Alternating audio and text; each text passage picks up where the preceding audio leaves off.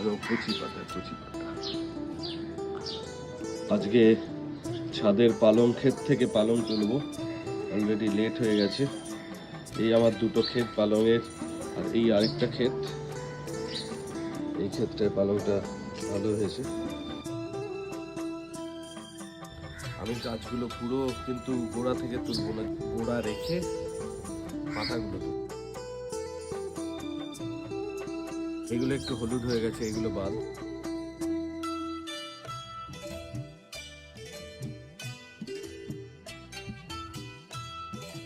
হ্যাঁ বন্ধুরা, এটা আজকের যে দুটো ক্ষেত দেখালাম সেই দুটো ক্ষেতের পালং।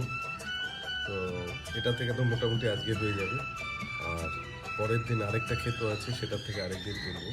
ভিডিওগুলো ভালো লাগছে কিনা জানাবেন, আর ভালো লাগলে অবশ্যই চ্যানেলটা লাইক, শেয়ার, সাবস্ক্রাইব। ভালো থাকবেন, সুস্থ থাকবেন।